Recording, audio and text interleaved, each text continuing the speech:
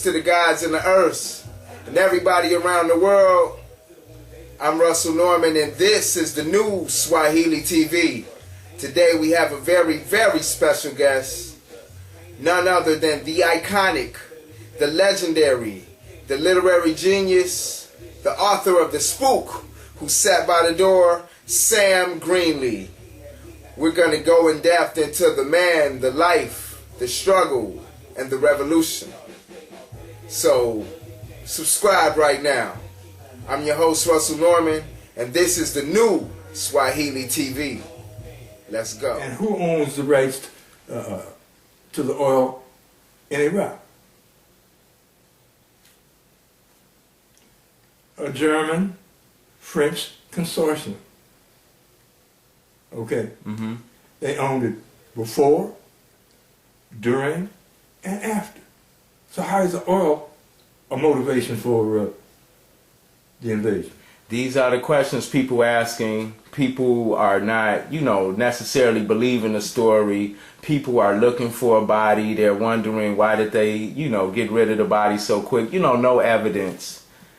Like I said, I'm more concerned with how we're being manipulated. True. By the incident. Whether it's a hoax or not is irrelevant.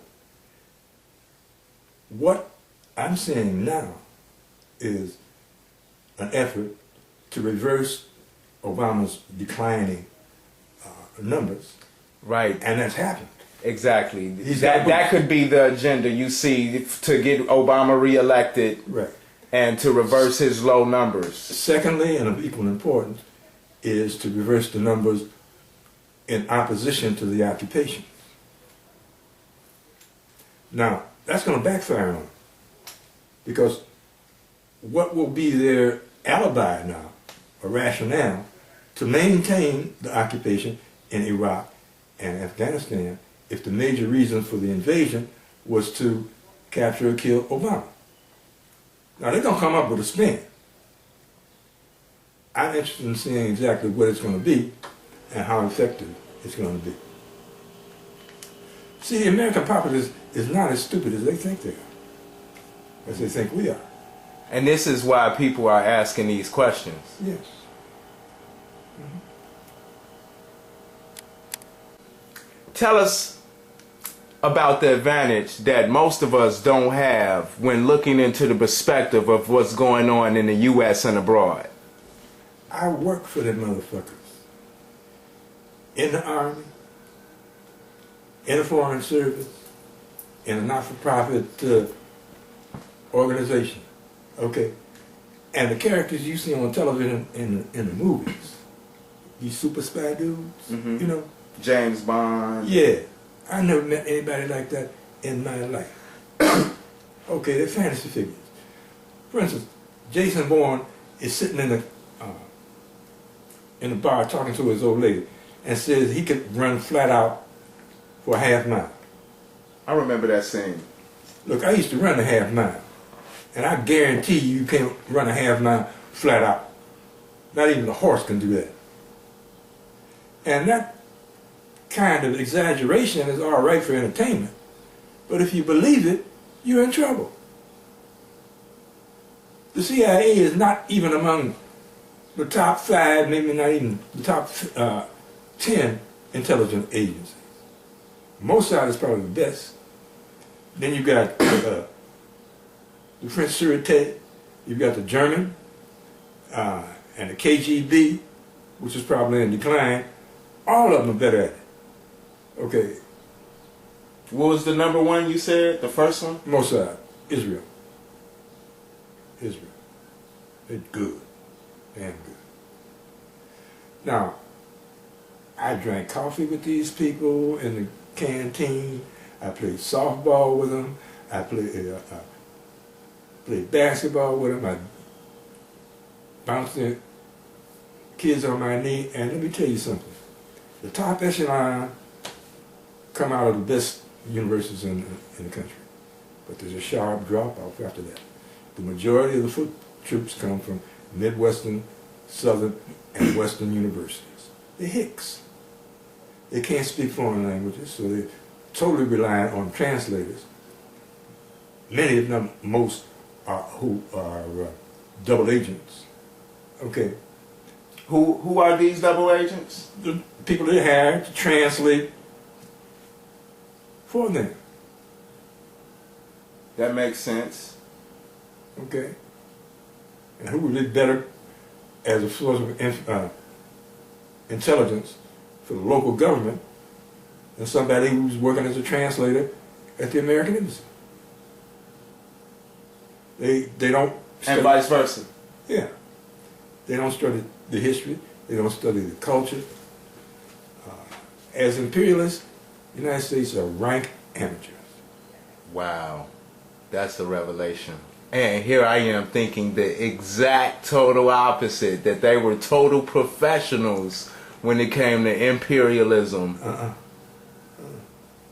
First of all, they're practicing imperialism without having an empire.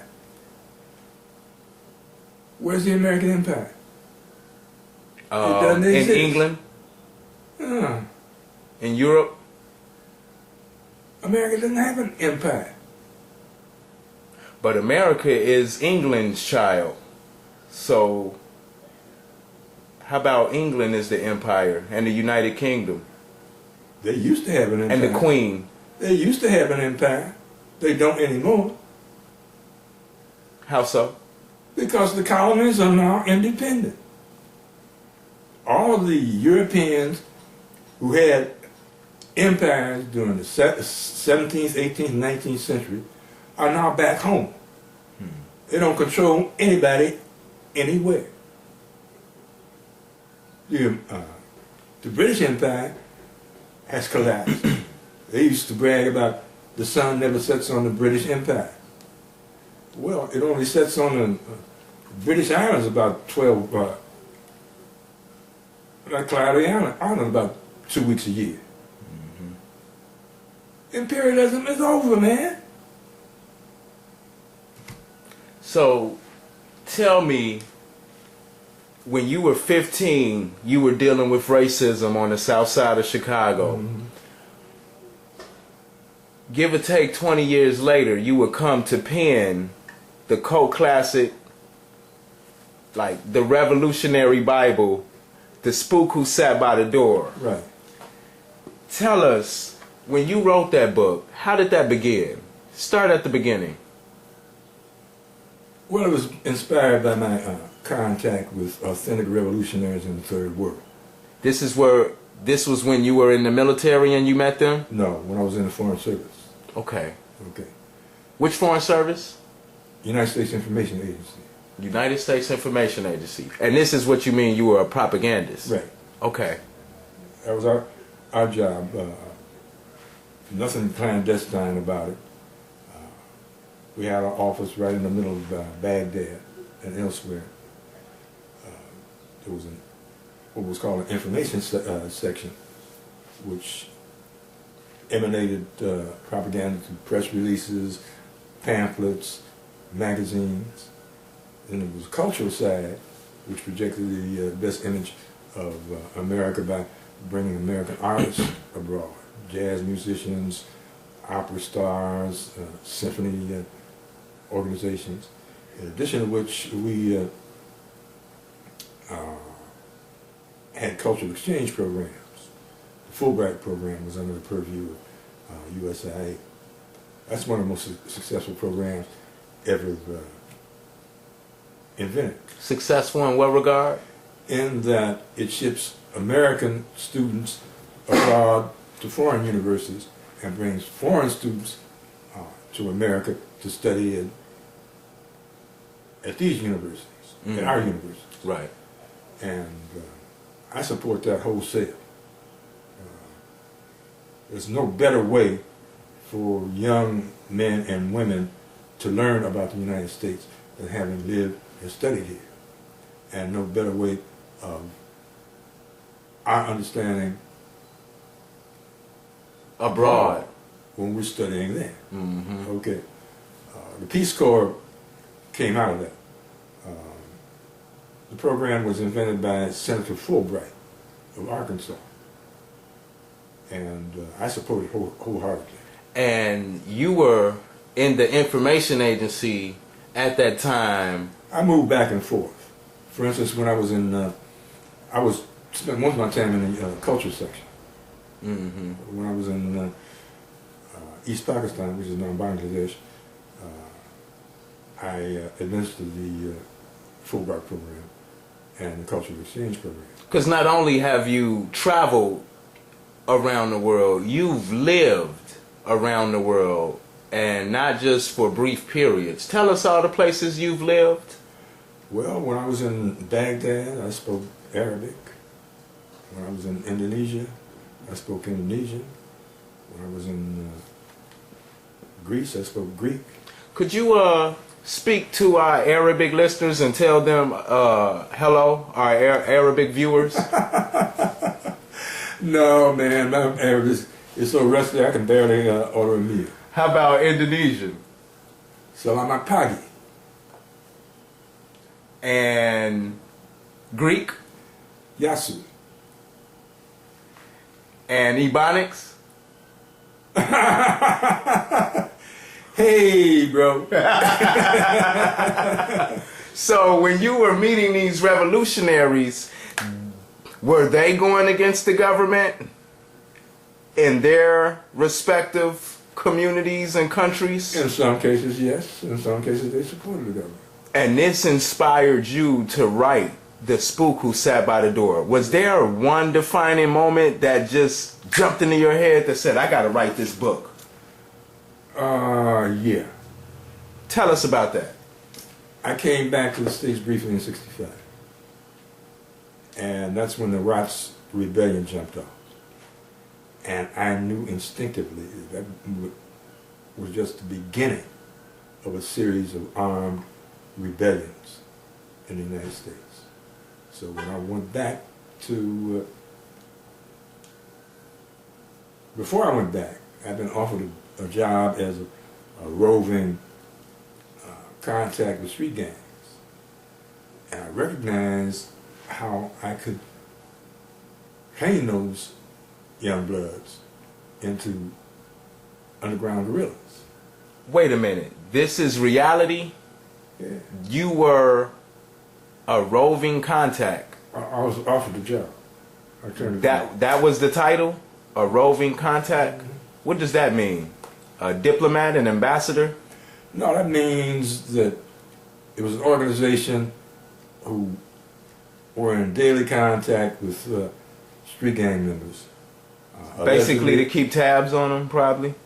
That's what eventually happened. Mm-hmm. But the intent was to offer them an alternative to the kinds of illegal things they were dealing with.